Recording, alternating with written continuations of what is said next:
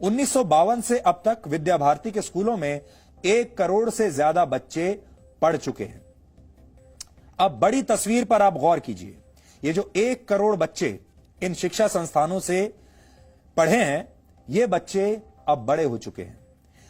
अब ये बच्चे नीति निर्धारक बन रहे हैं। अब ये बड़े बड़े पदों पर पहुंच चुके हैं। अब ये अपने परिवार के मुखिया हो गए हैं। अब ये समाज पर अपना असर डाल रहे हैं। अब ये इस स्तर पर पहुंच चुके हैं कि ये अपने लिए, अपने परिवार के लिए और अहम पदों पर रहते हुए देश के लिए भी बड़े फैसले ले सकते हैं। और इसीलिए आजकल आप देख रहे हैं कि अब भारत में राष्ट्रवाद की बात हो रही है, अपने देश के मूल्यों को आगे बढ़ाने की बात हो रही है, मातृभाषा में पढ़ाई करने की नीतियां बनाई जा रही हैं।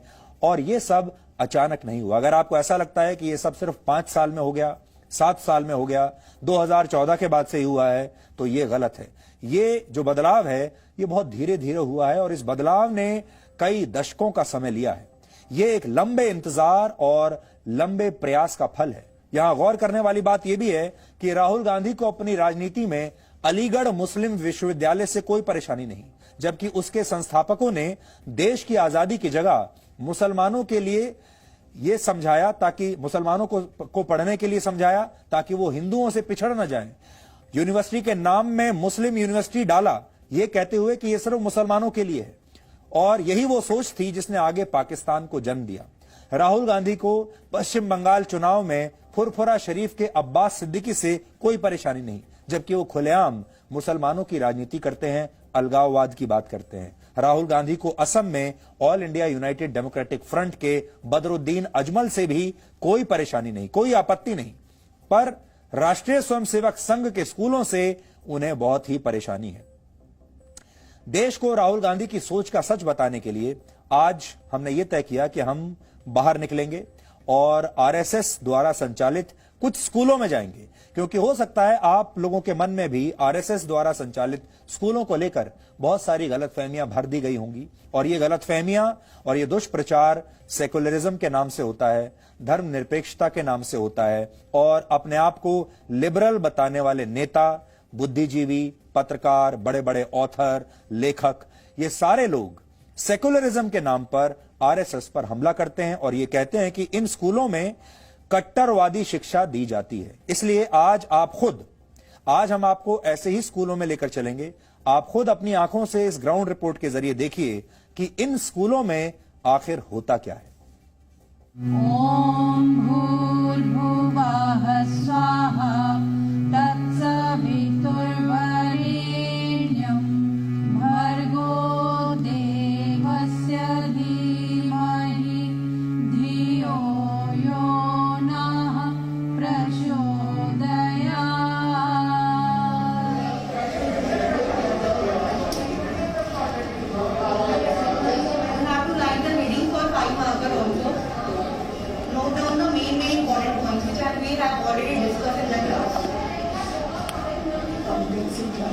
ये दिल्ली का सरस्वती बाल मंदिर है। बच्चे पढ़ रहे हैं, कहीं फिजिक्स का एग्जाम चल रहा है तो कहीं अकाउंट्स की पढ़ाई हो रही है।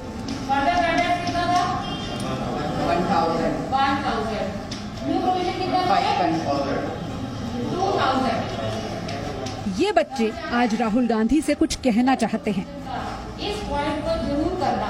मैं उनसे यही कहना चाहूंगी कि जिस व्यक्ति को ये नहीं पता कि एनसीसी क्या है, जिस व्यक्ति को इस बात का ज्ञान नहीं है कि उत्तर और दक्षिण के लोगों में समझदारी की कमी नहीं है, आप जाके केरला में ये बोलते हैं कि वहाँ के लोगों को मुद्दों की ज्यादा समझ है, बल्कि ये तो आप एक तरीके से कहना चाह रहे हैं कि इतने सालों से जो अमेठी के लोग आपको जिताते थे वो बुद्धू थे वो आपको वोट दे के इतने सालों तक जिताते रहे।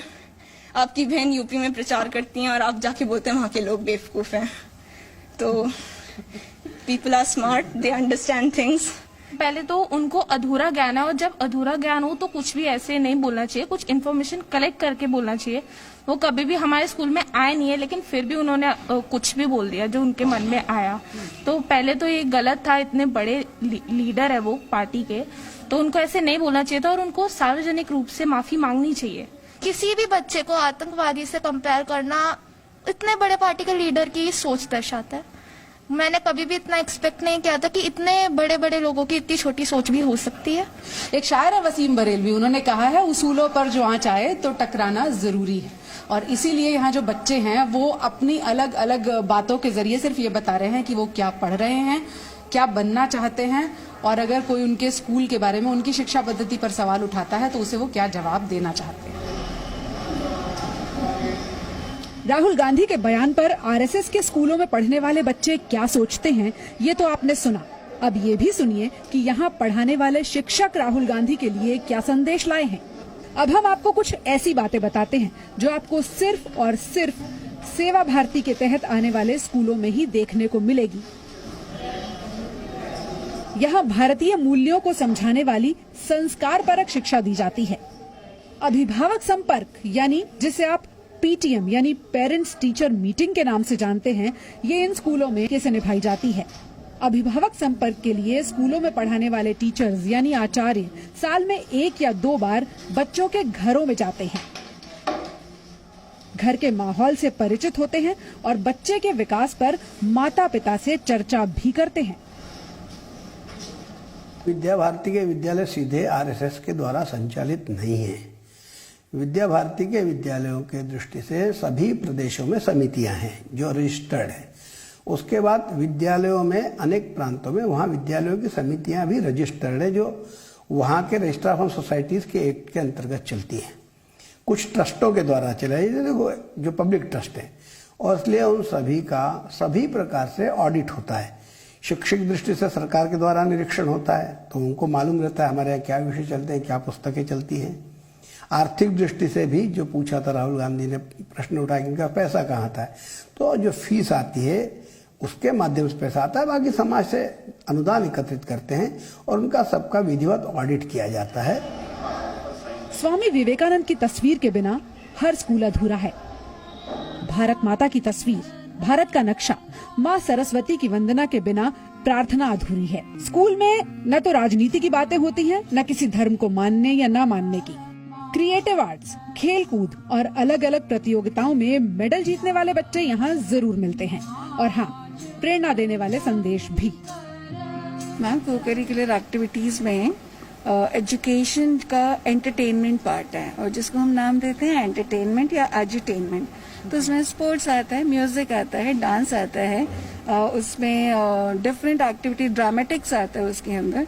तो हमारे बच्चे सभी एक्टिविटीज में पार्टिसिपेट करते हैं एंड बहुत सी जगह पर नेशनल लेवल तक प्राइज जीतते हैं। SGFI जो हमारा नेशनल लेवल का कंपटीशन होता है, अभी इसी साल हमने उसमें 11 गोल्ड मेडल जीते हैं। पिछले कई सालों से राष्ट्र ने यही देखा है कि जब जब भी आप कुछ बोलने की चेष्टा करे हो तो ठीक से आपने समझा नहीं, समझकर बोलना चाहिए। जिस शब्द का आप उच्चारण कर रहे हो एक बच्चे के लिए, एक शिक्षा संस्थान के लिए, तो जिसका अपमान कर रहे हो उसमें आरएसएस का कोई कार्यकर्ता अपमानित नहीं हो रहा है। आप तो राष्ट्र को अपमानित कर रहे हो, क्योंकि मनुष्य से ही तो राष्ट्र है और मनुष्य का शिक्षित होना उसका अधिकार है। और शिक्षा कहाँ प्राप्त होती है? विद्यालयों में। तो आप एक विद्यालय शिक्षण संस्थान को अपमानित करने जा रहे हो। आप भी कभी न कभी किसी न किसी विद्यालय में जरूर गए होंगे। क्या किसी ने टीचर, किसी भी अध्यापक ने आपको आतंकवादी शब्द से संबोधित किया? क्या आज आप ऐसे शब्द बोल रहे हो? दीप ज्योति जनार्दन। स्कूल में सुबह की प्रार्थना, इंटरवल के दौरान भोजन से पहले प्रार्थना और स्कूल की छुट्टी के वक्त प्रार्थना जरूरी है। कोरोना काल में भी ये परंपरा चल रही है। वैसे स्कूल के बच्चों और अध्यापकों ने राहुल गांधी को सेवा भारती के किसी भी स्कूल में बिना पूर्व सूचना के आने का निमंत्रण भी दिया है।